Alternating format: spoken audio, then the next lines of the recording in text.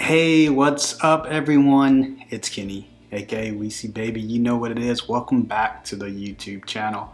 And it is upon us. Football season is here. The last preseason game of the NFL was played this past weekend, and college football started, kinda. And the official full week will be this coming Saturday. Most people are doing their fantasy drafts if you haven't done them already. I know I've done all of mine with the two major ones that I'm in. Just got done this past weekend, and it was a great time. Always a great time.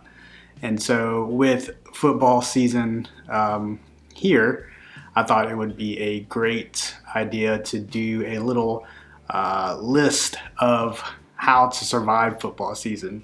And by that, I mean in a relationship or being married or, having a significant other.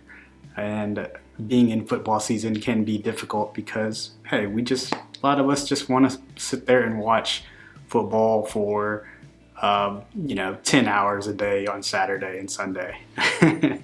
But I thought it would be good to make a list of a few things. I did 5 things to help you survive football season. So here's my 5 ways to survive football season as a couple. All right, so I guess this is no really chronological order, but I would say the last one is very important. So number 1, we're gonna go off with plan ahead.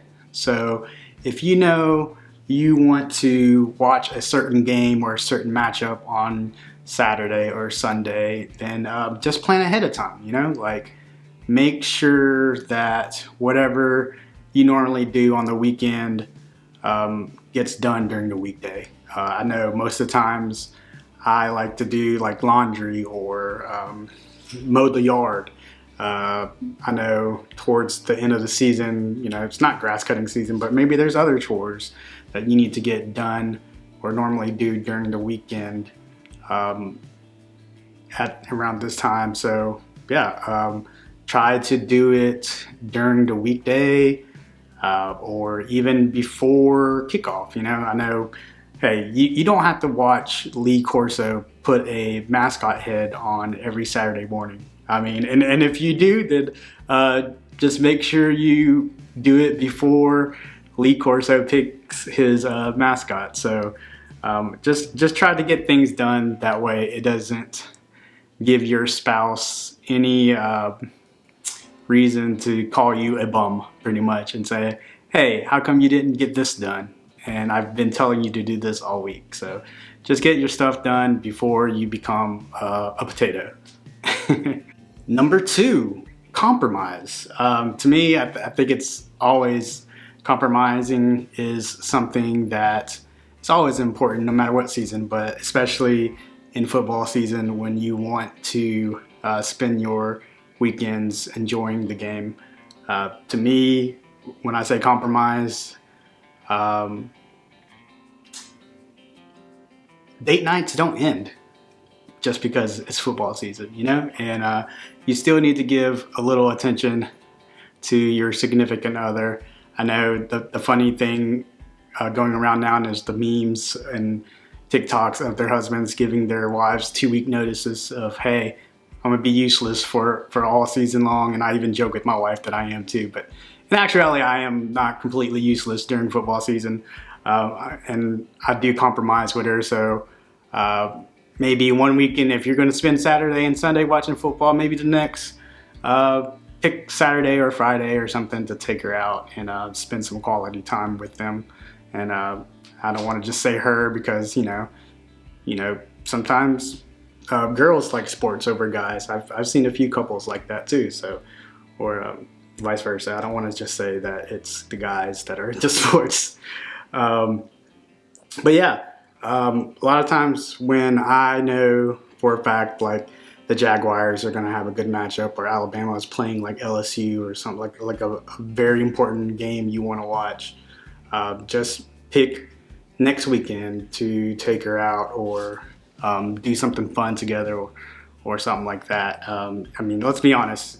There's going to be a week where your team is playing, you know, Utah State Tech of accounting, you know, online, and that matchup's not going to be interesting. So you can waste that weekend and make it a wash, and take your significant other out to eat somewhere.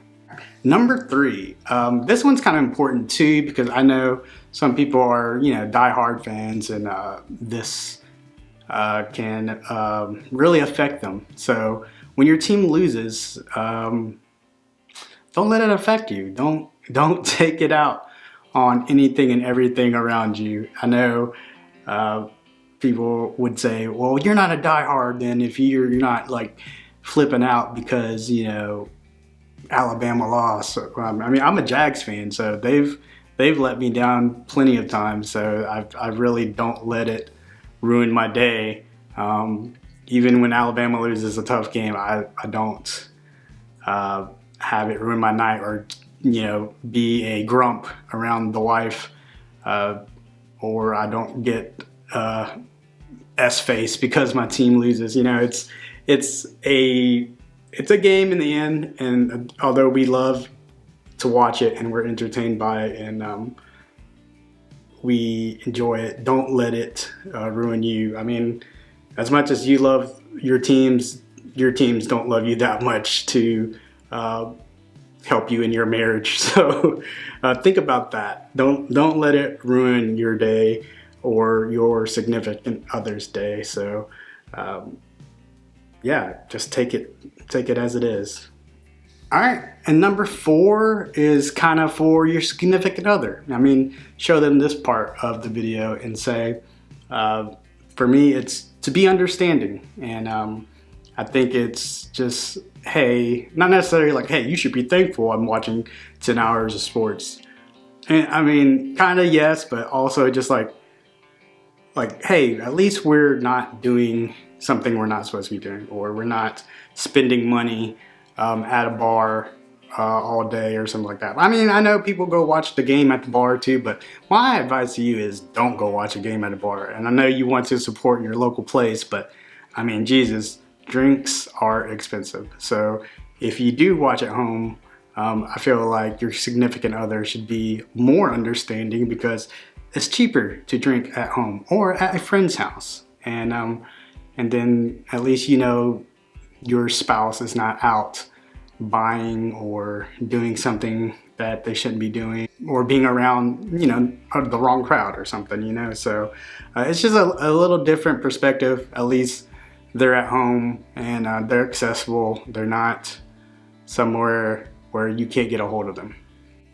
And number 5, to me, probably the most important thing on the list is feed them. Okay, I cannot stress how important it is to just give your spouse some good food, something they enjoy to eat. In my case, it's not the most cheapest thing to do, because my wife loves seafood, so it's always like, hey, you want me to go get you, you know, like a couple pounds of shrimp, or you know, crab legs or something seafood wise, or something she really enjoys eating, or some kind of Asian dish or something like that, crab fried rice or something, you know. Like, your spouse is already going to be maybe a little upset at you for spending all that time watching sports, but you wouldn't want them to be hangry as well, because I know even I am not a nice person when I'm hangry. So feeding them something they really love to eat, it will definitely put a little less dent or damper on on the mood, and it will help you a little bit of brownie points, you know. So you're not in that much of in the doghouse, you know. And yeah, that's it. That's 5 that I kind of came up with top of my head.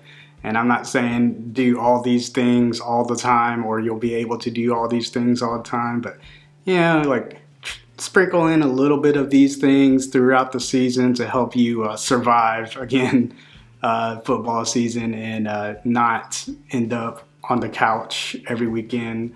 But I mean, hey, I mean, if you have a pretty comfortable guest room like I do, it's not too bad of an idea, I guess. But you also don't want to end up divorced or anything like that. So good luck to you guys and gals on surviving football season this year, and I hope this advice helps you guys, and I hope it was fun. It's definitely fun thinking about creating this list for me. So go Alabama and go Jags, and I hope everybody's teams do well except for the Titans, because I hate the Titans.